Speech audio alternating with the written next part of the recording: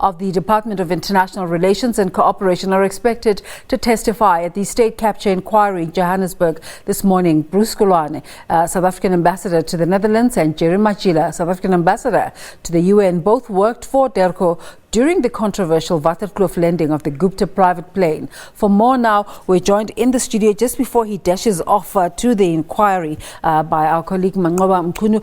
The State Capture Commission seems like a VVIP occasion today. Well, of course, that's what we're expecting. Of course, not only this week, but also next week when the former president also takes the stand at the commission. So quite a lot of activity with regards to high government officials and former high government officials. But today, of course, we're expecting those two ambassadors who are going to be giving testimony today. And of course, we were told that they have to go back to their posts.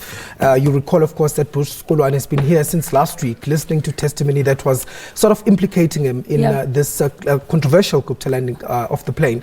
But of course, we know that several of the witnesses, I think 3 to mention, have implicated him directly as being the one who instructed or gave instructions to some officials to clear the landing of that plane, saying that he even used the name of number 1 at some point to try and get officials to actually give the clearance for that plane to land, especially those officials from the South African National Defence Force. But of course, we heard the testimony first of all from the former DG of the Department of Justice, Nonkululeko last week, who initially was one of the 4 people that probed this particular incident. They were tasked with finding out exactly what happened, who authorized what, who did what. And in the findings, of course, you remember that Bruce Koloane was ultimately found to have been the one who was the key figure behind this particular landing of the Gupta plane. Let's listen to what Nonkululeko had to say about this. And Lieutenant Colonel Anderson, in facilitating this landing, ignored a whole range of things that they knew needed to exist before this landing was permissible. Of course, another big story coming out of the commission last week was former Transport Minister Ben Martins saying that he did not get an instruction from number 1. Do we expect Bruce Koloane to go the same route? Well, of course, you'll recall, Desiree, that he's always maintained that the former president has never given any sort of instruction that this plane must land there, or has it been involved in any way.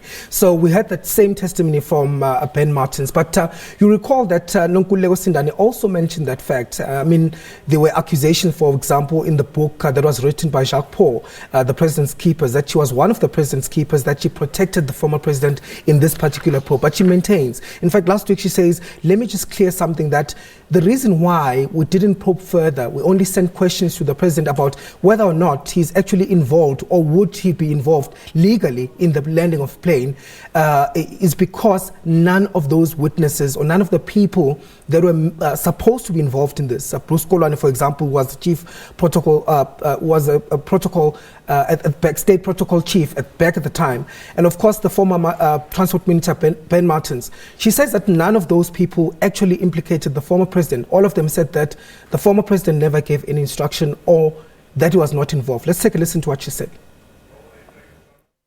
With all the people we spoke to, starting with Minister Ben Martins, Ambassador Koloane, who were the 2 people allegedly who could have spoken to the president. Both of them had said to us, the president did not instruct them, give them any insinuation that he wanted them to facilitate this.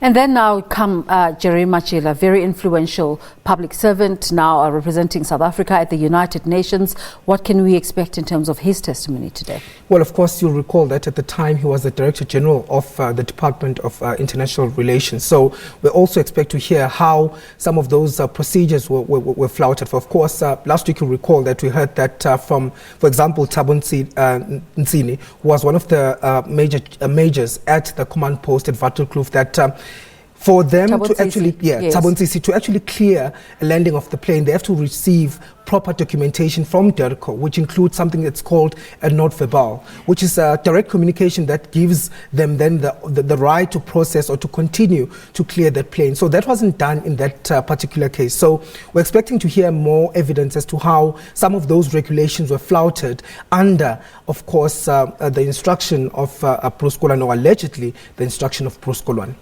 Both the Chief of State Protocol, which is Bruce Koloane, and the Director General are almost similar levels of authority.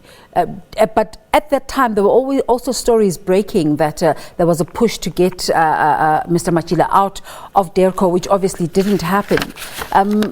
Does this give a sense of how this testimony is going to go? One testifying against the other, or do you think there's going to be a harmonized message?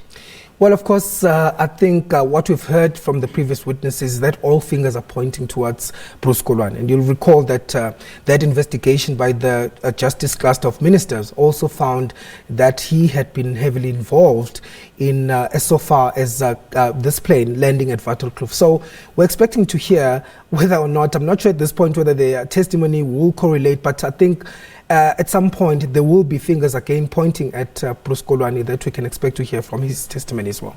Manqoba, thank you so much for that update, and we will be crossing through as soon as the proceedings start at 10 this morning, don't they? Yes, they will start at 10. Stunning. Our colleague Manqoba Mchunu with an update there on the Commission of Inquiry into State Capture. Now,